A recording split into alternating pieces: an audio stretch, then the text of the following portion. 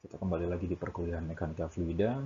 Setelah mempelajari aliran internal atau aliran dalam pipa, kini kita masuk ke salah satu, ya nih, dua bab sebetulnya yang menjadi aplikasi dari banyak persamaan dasar mekanika fluida yang telah Anda pelajari hingga saat ini, yaitu bab tentang aliran eksternal, atau di bukunya Manson, Fluid Mechanics-nya Manson itu sering disebut sebagai flow over immersed body atau aliran di sekitar benda terendam, atau istilah singkatnya ya, external flow atau aliran eksternal.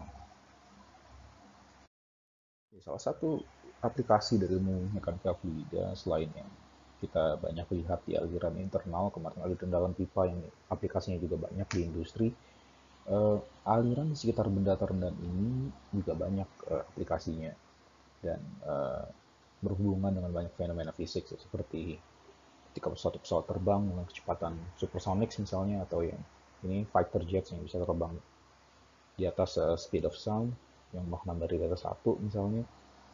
Lalu bagaimana turbin angin mengenerate electricity dengan memanfaatkan tumbukan-tumbukan yang terjadi pada sudut-sudut turbin ini.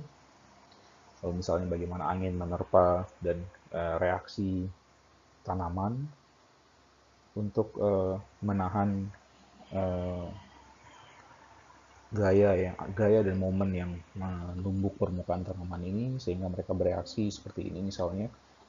Atau bagaimana misalnya eh, kepakan sayap burung menghasilkan gaya angkat yang cukup untuk menahan beban tubuhnya untuk mengapung di udara. Atau bagaimana kapal selam bisa tenggelam di bawah permukaan laut atau bisa ngapung di atas permukaan laut. Itu adalah contoh-contoh aplikasi dari aliran di sekitar benda terendam. Nah, untuk empat gambar pertama ini itu sering kita sebut sebagai aerodynamics atau aerodinamika. Dan untuk perkapalan biasanya sering kita sebut sebagai hidrodinamika. Untuk di teknik mesin, kita biasanya akan lebih fokus ke bagian tentang aerodinamika, karena bab ini sebetulnya nanti adalah dasar ketika Anda mengambil mata kuliah pilihan teknik aerodinamika yang akan ada di semester 8 biasanya. Nah, kalau kemarin kita juga punya istilah kecepatan free stream ya di aliran internal, di sini juga ada kecepatan yang mendekati suatu benda, misalnya ada dari arah kiri, ada benda di depannya, nah itu kecepatan udara yang mendekati benda ini sering disebut sebagai free stream velocity dan sering ditulis sebagai V. Nah, kecepatan fluida itu pasti seperti aliran internal juga akan nol di permukaan badan bendanya karena adanya no slip condition ini ya. Nah, free stream velocity ini sering juga disebut sebagai kecepatan di mana tidak ada efek dari permukaan benda terhadap kecepatan itu sendiri. Jadi kalau kita anggap ini plat datar, misalnya kita punya plat datar,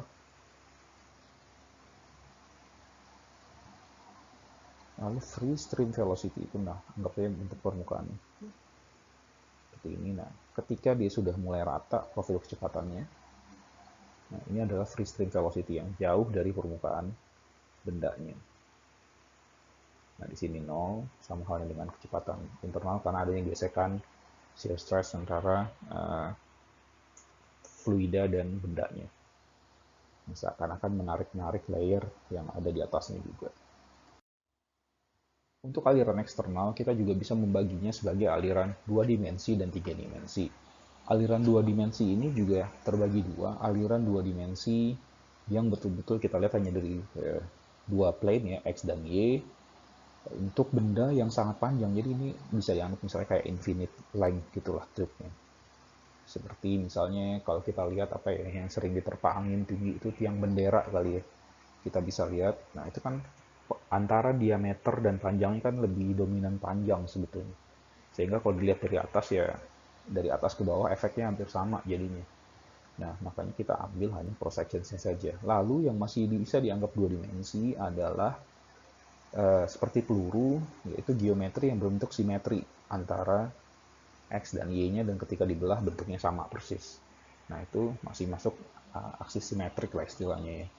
Dan aliran tiga dimensi yang tidak bisa dimasukkan ke aliran 2D dan aksis symmetric flow. Nah, misalnya untuk pesawat terbang, ketika kita lihat dari arah aliran dari sini, kan ketika kita bagi dia tidak akan aksis simetris bentuknya.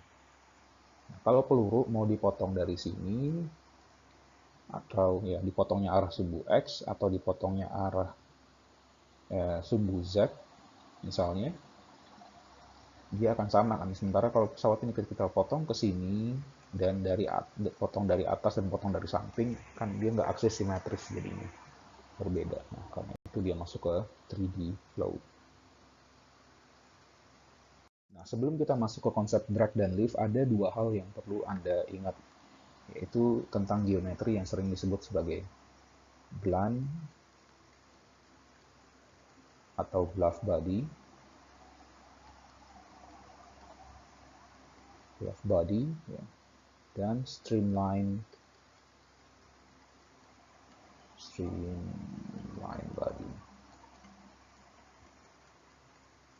Nah, dua hal ini berkaitan dengan bentuk bendanya langsung yang dilewati fluida. Misalnya, untuk geometri atau benda yang cenderung menghambat aliran fluida, itu kita sebutnya sebagai blunt body. Biasanya misalnya ada kotak atau bola, itu juga masuknya masih streamline body, karena dia memaksa tidak, ketika ada aliran fluida, pada satu titik fluida itu tidak bisa tetap berada di course permukaan. Misalnya kalau bola, kalau kita lihat aliran seperti ini ya, nah itu hanya akan ikut misalnya sampai titik ini nih. Nah, dan dia tidak akan ikut langsung ke sini dan kembali ke sini. Pasti akan ada ke atas dulu. Nah, nanti setelah berapa jarak dia akan reattach lagi, dan aliran yang dari bawah juga baru ketemu di beberapa titik setelah region yang kosong ini. Nah, itu disebut blunt body. Kalau bluff body, benda itu dirancang agar fluida bisa mengaliri semua kurvatur permukaannya. Itu perbedaan dasarnya.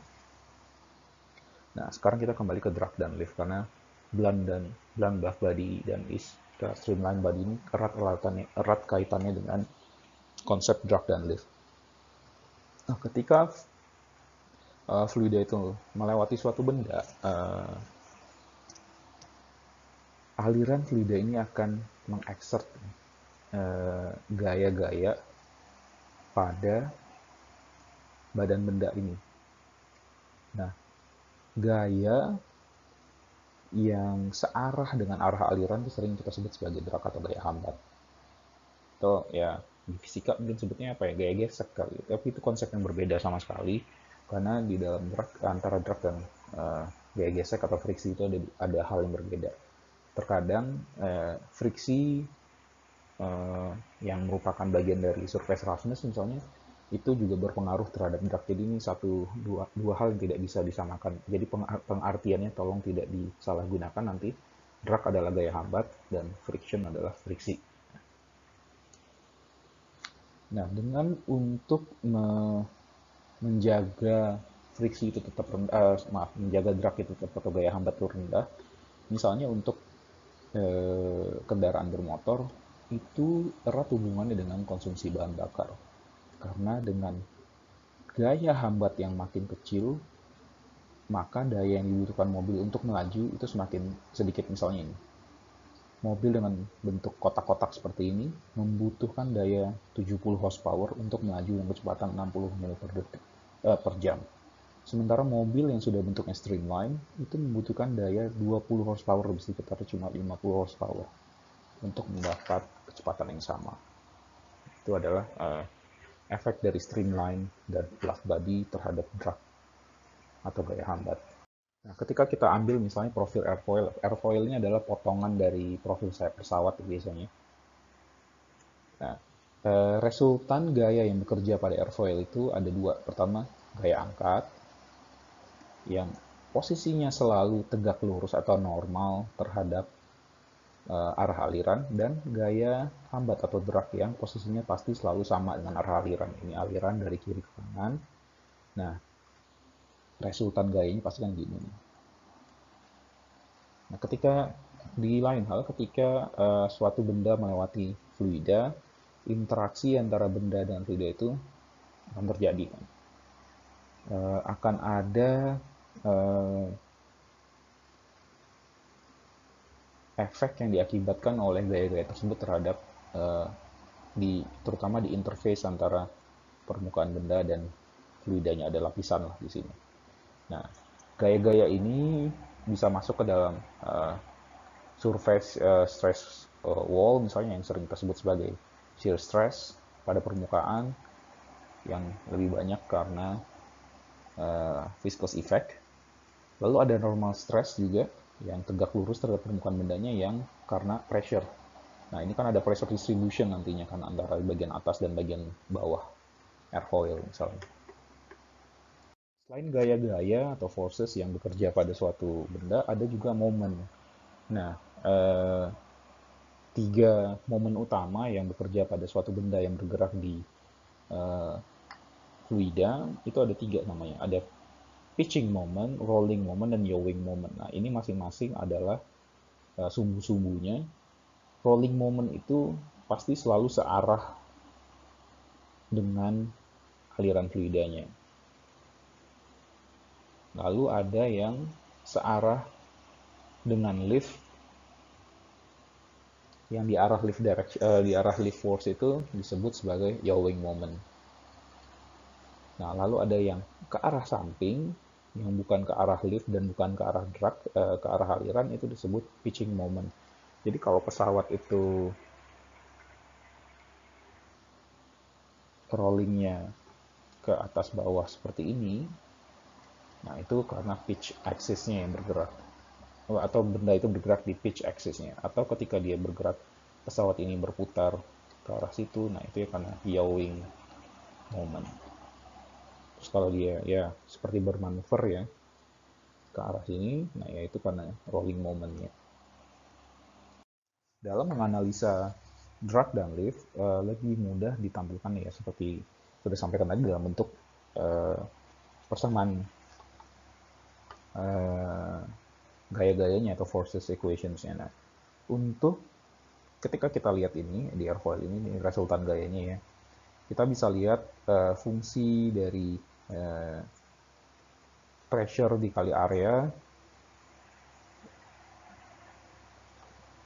Nah, kita bisa dapat itu yang namanya persamaan diferensial untuk drag force dan lift force atau gaya angkatnya. Ketika ini kita integral, kita bisa dapat bentuk integrasinya. Nah, ini biasanya ketika Anda mengerjakan secara komputasional atau nanti Anda simulasi dengan CFD adalah persamaan ini yang akan diselesaikan secara numerik karena masih ada bentuk integralnya. Misalnya ada satu plat datar yang tipis ya, terus ada aliran fluida yang paralel atau mengalir di atas permukaan plat itu. Drag force-nya itu hanya bergantung kepada wall shear stress-nya saja, jadi hanya tahu pada wall saja yang mengakibatkan adanya drag. Di lain hal, ketika plat ini kita putar 90 derajat gitu, hingga sudutnya menjadi 0 terhadap aliran. Kalau ini kan dia tegak lurus terhadap aliran. Nah, kalau ini dia paralel posisinya terhadap aliran. Yang terjadi di sini adalah drag itu hanya karena perbedaan tekanan atau hanya karena tekanan. Nah, makanya dari dua hal ini kita akan punya yang namanya dua jenis drag. Yang pertama adalah friction drag karena adanya permukaan, adanya shear stress di permukaan, wall shear. Lalu yang ada yang namanya yang kedua adalah pressure drag. Dan dia tidak bergantung kepada wall shear. Nah, lalu perbedaan tekanan antara permukaan airfoil misalnya, di mana high pressure region dan low pressure region ini mengakibatkan adanya lift. Dan aliran fluida dan interaksi aliran fluida dengan permukaan airfoil untuk mengakibatkan adanya drag. Nah, pressure difference ini tadi yang sudah disampaikan menghasilkan lift. Lalu dengan bentuk airfoil yang streamline ini, drag force-nya itu majority hanya karena shear force, karena skin friction. Makanya tadi disebut ada skin friction drag ya. Nah, lalu drag dan lift forces itu bergantung kepada densitas fluidanya, kecepatan upstream, dan geometri bendanya, serta bentuknya. Lalu ada nanti yang namanya orientations of the body. Jadi ini misalnya kemiringan sudut yang dibentuk oleh profil benda ini terhadap arah aliran sebetulnya. Nah, selain tadi kita lihat ada yang namanya drag force dan lift force, dari persamaan sebelumnya, kita juga sering menyampaikan dua hal ini dalam bentuk non-dimensional, yaitu dalam bentuk koefisien drag dan koefisien angkat. Dia adalah rasio antara gaya yang bekerja terhadap, nah ini setengah rho V kuadrat ini dikali A, itu adalah dynamic pressure sebetulnya. Ini dynamic pressure kan, pressure kalau dikali A jadinya force kan. Nah, ini yang perlu diingat persamaan dasarnya untuk menghitung drag dan lift coefficient. Seperti yang sudah disampaikan sebelumnya tadi, kita punya dua komponen drag. Yang pertama skin friction drag dan yang kedua adalah pressure drag atau sering juga disebut sebagai foam drag. Nah, bagian di mana drag force itu hanya karena wall shear stress itu disebut sebagai skin friction drag. Sementara bagian di mana drag itu hanya karena tekanan itu disebut sebagai pressure drag. Nah, kita bisa lihat di sini, ini adalah geometri yang efek pressure drag-nya besar dan ini adalah yang karena skin friction drag-nya besar. Bola itu masuk ke dalam yang efek pressure drag-nya lebih besar. Nah, untuk total drag coefficient itu adalah gabungan antara skin friction dan pressure drag untuk koefisien dan gaya-gayanya. Lalu untuk membandingkan bentuk-bentuk benda terhadap mana yang lebih dominan antara form drag atau skin friction drag, ketika bilangan Reynolds itu kita tahu dari persamaannya ya, bilangan Reynolds itu kan fungsi dari kecepatan, densitas, karakteristik lain atau diameter dibagi dengan viskositas. Nah, semakin tinggi viskositas misalnya, maka bilangan Reynolds akan turun. Nah, sekarang jika bilangan Reynolds naik,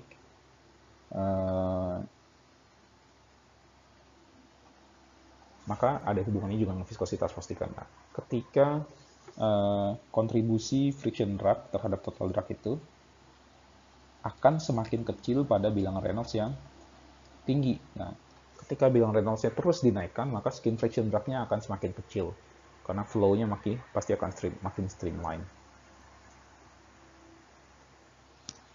Nah, dengan seperti ini,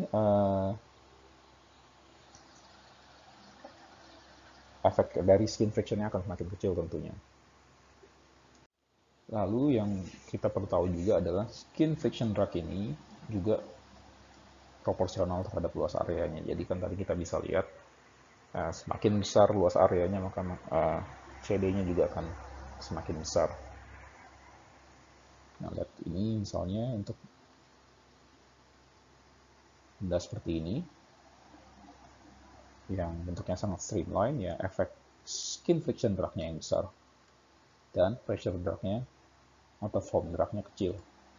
Atau misalnya plat datar yang sama-sama datar itu pure hanya karena skin friction, sementara plat datar yang bentuknya, yang posisinya 0 derajat terhadap aliran itu pure 100% karena friction drag, foam drag atau pressure drag. Untuk si pressure drag itu dia nilainya proporsional terhadap frontal area di depan sini. Ini sering kita sebut sebagai frontal area. Nah, kalau untuk yang airfoil kita ambil yang namanya planform area di sini. Jadi untuk menghitung dua hal itu ada dua approach yang berbeda untuk area yang digunakan. Begitu juga untuk si pressure drag ini biasanya lebih dominan untuk blunt bodies.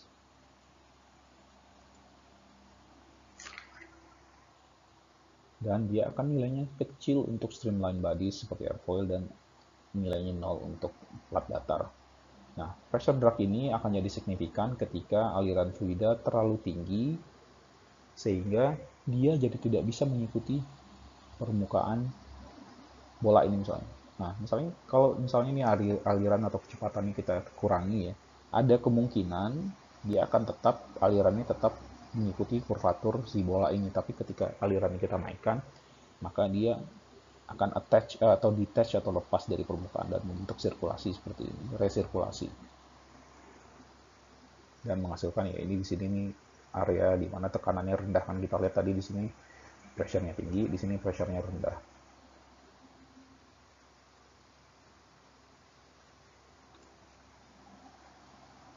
Hal yang bisa kita lakukan untuk mengurangi drag itu disebut sebagai streamlining. Nah, ini ada trade-off ya sebetulnya, atau untung, hitung-hitungan untung ruginya untuk mengecilkan atau mendapatkan nilai total drag yang minimum. Nah, ini biasanya itu ya kita variasikan adalah aspek rasio antara panjang dan diameter. Nah, jadi diameter dibagi panjang itu disebut aspek rasio. Dalam hal ini, kita bisa lihat di sumbu X itu adalah aspek rasio dan sumbu Y adalah drag koefisien. Kurva yang pertama itu adalah kurva friction drag. Ini punyanya friction drag dan ini punyanya pressure drag. Kurva yang ini, nah itu kombinasi antara keduanya. Dijumlahin, kita dapat ini. Kita bisa lihat di sini, pada saat aspek rasionya kecil, di mana artinya apa tuh? Diameternya kecil dan lengthnya yang panjang. Misalnya, itu yang dominan ketika bendanya itu panjang, yang dominan itu adalah yang misalnya L-nya lebih dominan dibanding D, seperti yang sudah kita lihat tadi, yang dominan hanya karena wall shear stress, ya, akibatnya friction drag-nya yang besar, sementara pressure drag-nya itu kecil, karena dia cenderung tidak menghambat ya, bentukannya ini. Nah, lalu semakin kita perbesar nilai D-nya, anggap nilai L-nya konstan dan D-nya kita naikkan terus, maka nilai friction drag-nya akan turun. Sampai di satu titik di mana dia terus turun dan pressure drag-nya terus naik. Nah, ini adalah nilai trade-off di mana kita bisa dapat total drag paling kecil dan friction drag paling kecil dan total drag-nya yang optimum, pressure drag-nya yang optimum. Jadi ini semacam proses iterasi ya, hingga mendapatkan titik optimum di mana total drag itu semakin paling kecil.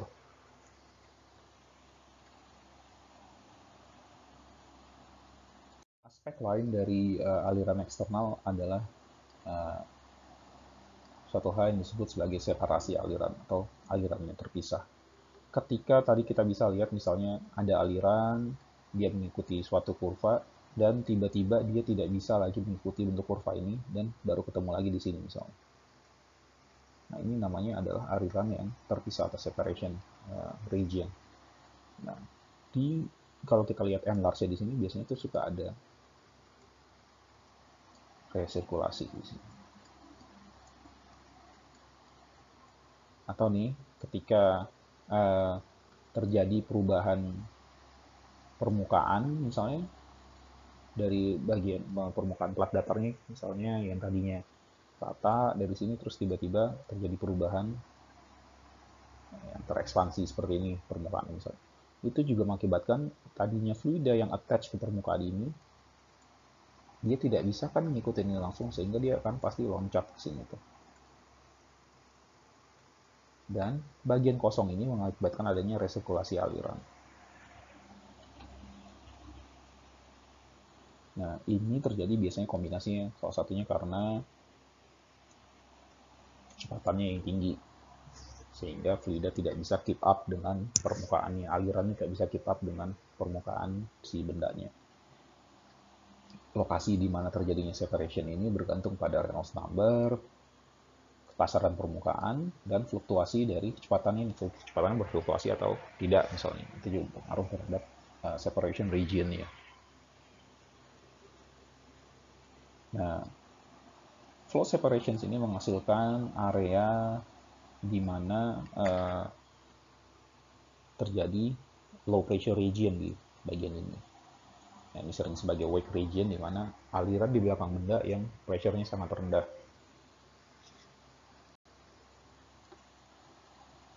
Ya, apabila kita melihat suatu profil airfoil, faktor lain yang mengakibatkan di mana ketika aliran itu akan detach atau dia attach kembali, bertemu bagian atas dan bawah itu, salah satu faktornya adalah angle of attack atau sudut yang dibentuk oleh si airfoil terhadap arah aliran.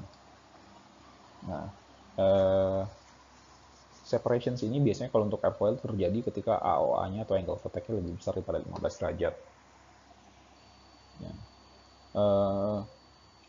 Flow separations pada permukaan atas ini itu berakibat pada berkurangnya lift force. Nah, ketika semakin besar AOA-nya, maka separationsnya juga akan semakin besar. Nih, kita lihat di sini. Ini awal ketika angle of attack 15 derajat misalnya, sudah mulai terjadi flow separations di sini. Jadi dia tidak bisa keep up dengan permukaannya. Jadi dia tetap mengalir saja. Ya nih, di bawah tetap dia nih mengikuti permukaan, tapi yang di atas tidak. Nah, ini akan baru ketemu misalnya jauh di belakang sini nanti. Nah, ini berbahaya bagi pesawat misalnya karena bisa mengakibatkan pesawat kehilangan lift force-nya karena terus meningkatnya angle of attack. Nah, itu momen dimana yang terjadi sering kita sebut sebagai stall atau kehilangan lift. Nah, di bagian yang terjadi flow separations ini kan kita tadi lihat ada yang namanya circulation region ya, atau circulating struktur fluida yang bersirkulasi di sini. Nah, itu kita sebut sebagai vortex sebetulnya. Nah, karena jumlahnya banyak ya, kita gunakan jenis pluralnya vortices. Nah, gabungan mereka ini itu disebut sebagai vortex shading atau kumpulan dari vortex.